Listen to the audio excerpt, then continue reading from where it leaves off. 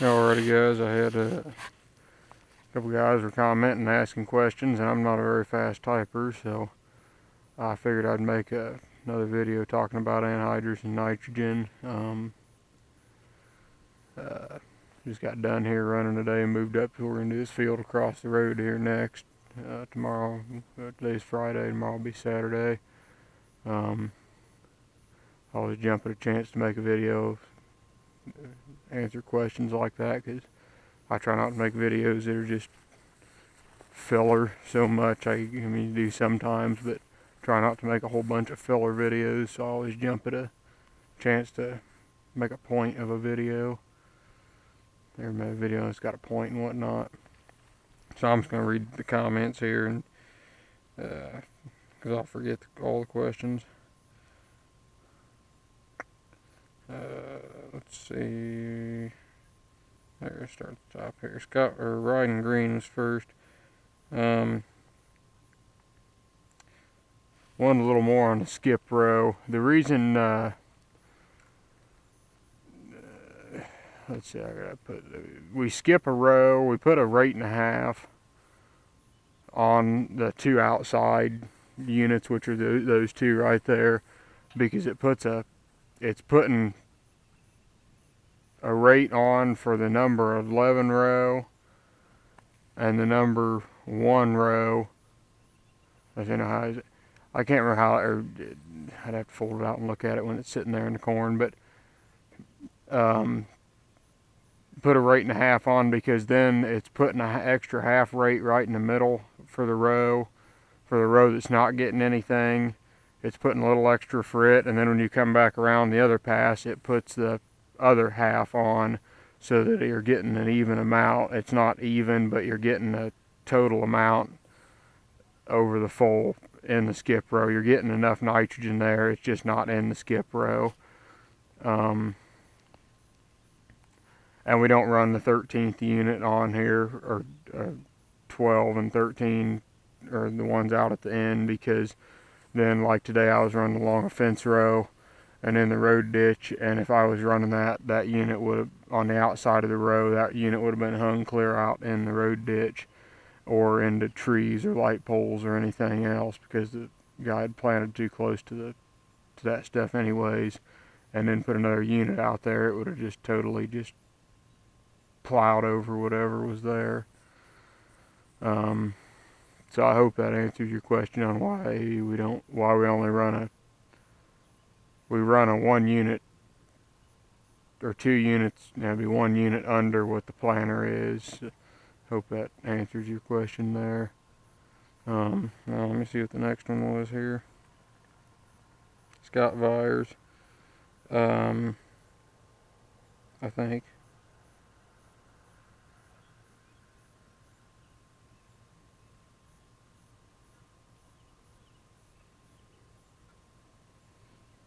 Was that right? No, it wasn't Scott Vyers, it was Howard Younger. Sorry about that. Sorry about that, Howard. I get people mixed up every now and then.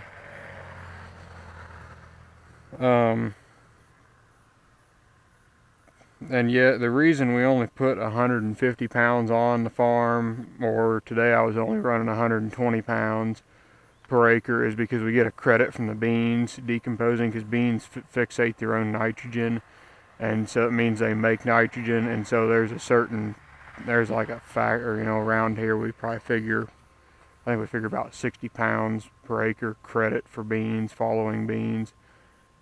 So if we were going corn on corn, we would bump it up to, 100, probably run 180 pounds of nitrogen instead of 150, and then probably put some 32% on ahead also to make up for that 60 pounds of nitrogen that we didn't get from the beans decomposing.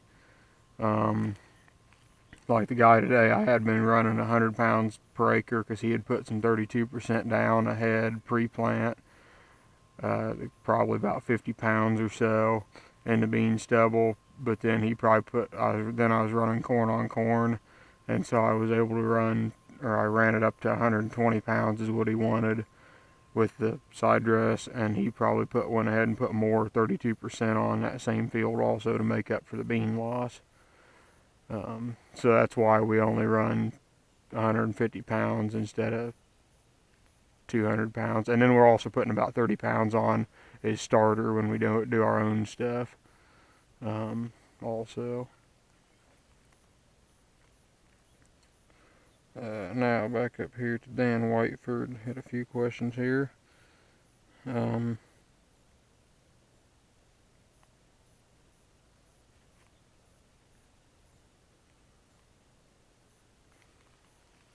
think it's bleeding off there on the pressure. The first question, we're looking for we're trying to put it in about 5 inches. You can get it that deep and it'll still seal really nice at that depth. The main thing is running the disc sealer is to just get the dirt over the top of it so the gas doesn't escape and it doesn't volatilize off. That's the three main nutrients we have is nitrogen, phosphorus, and potassium. Is what the corn plant uses. Those are the 3 major nutrients it needs. Phosphorus and potassium aren't big. You always just spread it dry. Have them come in the floater and spread it, and just put that on but it doesn't. That stuff does not leach out of the soil. Nitrogen is always the problem with corn, or really any crop that uses nitrogen, is putting it on and keeping it, because it leaches out of the soil and it leaches out of the soil very easily. So you got to kind of watch how you're putting it in. But yeah, we're putting it in, and a little moisture is good. It just helps bind up the what am I trying to think? I can't think of the word. The atoms, or it just helps bind it all together. Kind of keeps the nitrogen into the soil when it's dry, when it's wet. It doesn't take it as long to get it to soaked into the soil to where it won't escape, as if you just open the trench back up. But when it's dry, you can get it to seal when it's dry too. It'll stay in there until the rain, because you're obviously throwing dirt over the top of it, and that seals it in pretty well.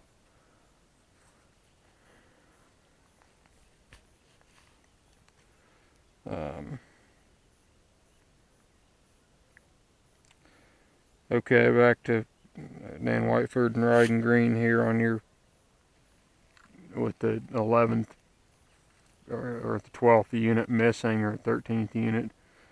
A corn plant, when it's growing, if it finds nitrogen somewhere, like the anhydrous row, one would think that it would automatically send more roots over to that band to soak up more nitrogen. But it doesn't. It just starts fanning out the roots, and whatever the roots get, it gets. But we have not seen any difference in the rows, or on that outer row. It doesn't affect it any, because we got enough nitrogen there, and it's readily available to the plant, so it's getting enough roots into that band of nitrogen that it doesn't affect the plant enough. Now, it might take, and now, because we're putting it all beside, since we have starter, that's enough nitrogen to carry the plant until the roots can get over to the anhydrous band. Like if you pre-plant anhydrous on an angle, sometimes you can see yellow streaks in the corn if you don't use starter, until some of the corn plants are on top of the row of anhydrous and some of them are not. So some of them, it takes them a little longer to grow over to the anhydrous band, and so they're yellow in color until they get into that nitrogen, and then they green up. But once they find it, then they're fine. That is part of the reason we actually went to side dressing, though, is because when we had the planter, had the anhydrous on the planter, when we bought our bigger sprayer in 2009, and then 2010 13, 14, and 15, we were really noticing it. Especially 13 and 14, because those years were a lot wetter. Kind of like last year.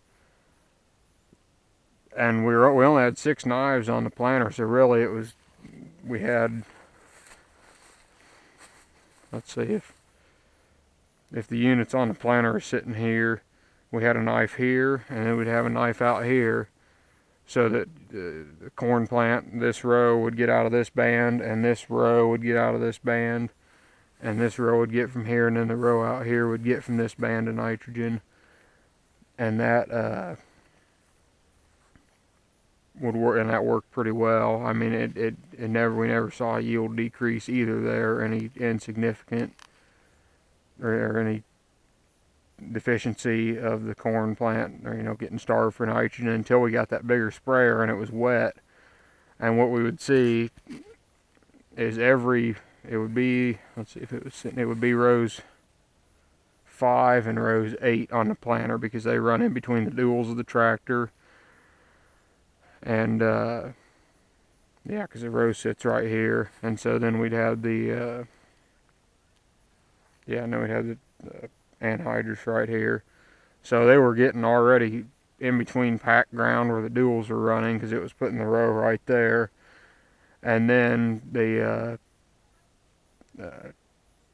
anhydrous wagon had run over the anhydrous strip that it was trying to grow into, and it'd pack that soil back down.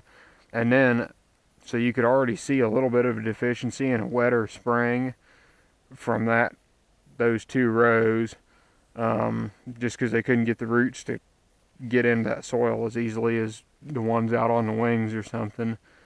And then every 3rd pass with the sprayer, 90-foot boom on the sprayer, so you only had to go, and on a 30-foot planter, so you're taking 3 passes of the planter with the sprayer. And so every 3rd pass, it was really bad. You could really see the nitrogen deficiency in the corn, because that heavy sprayer loaded with chemical would run across there and smash the anhydrous tract down even more, and it was just having a real problem growing into it. And so that's when we realized we probably needed to do something about it. And so then we went to the side dress anhydrous. We tried several things and realized this was probably the best option to do, and we're glad we did. So I guess in saying that, yes, there probably would be a deficiency out on the end rows since we don't have a unit, since we have the skip row, there would be a deficiency there if we were driving on that anhydrous strip all the time and making it hard for the plant to get into that strip of anhydrous. But since nothing ever really runs out on the wings, it's not a problem. Hope that answers your question there.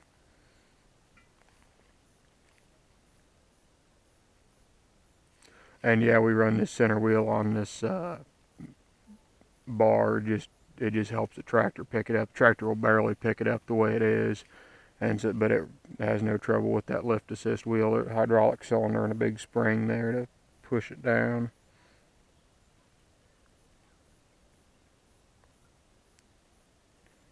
We do have, for the speed, it's got a little hockey puck radar, or not radar, it's an antenna. It runs off GPS signal. Up on top in the center of the cab, you can see that little bump sticking up. It's just a little thing that magnetizes to the cab, and got a cord that runs down through the window and plugs into the monitor, and that's how it's tied in the speed. It's really accurate, and that's how it meters it, and it knows how fast you're going, and it automatically will meter out the anhydrous for your rate and how fast you're going, and how it knows how wide of a tool you have. I have that punched into the monitor to take 30 foot.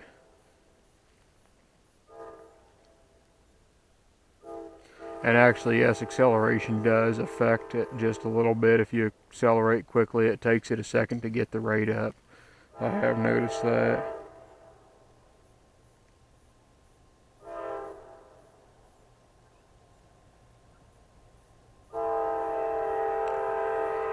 Yeah, most some of these fields I'm working in will have a pre-plant herbicide to kill the weeds. You know, some guys just work the ground and the weeds haven't had too much of a chance to come back in the work ground yet, so they didn't show up too much in the video. They will get sprayed post emergence though, at least once,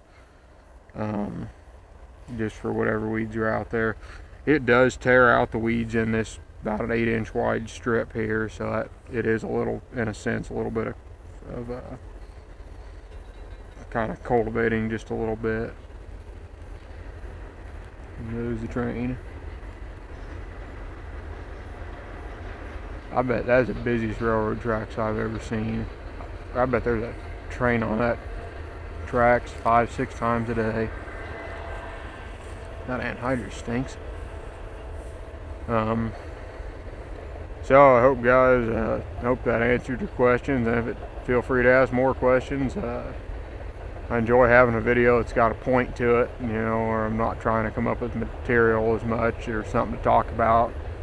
Enjoy answering your questions, and thanks for all the comments and whatnot. So thanks everybody for watching, and we'll see you later.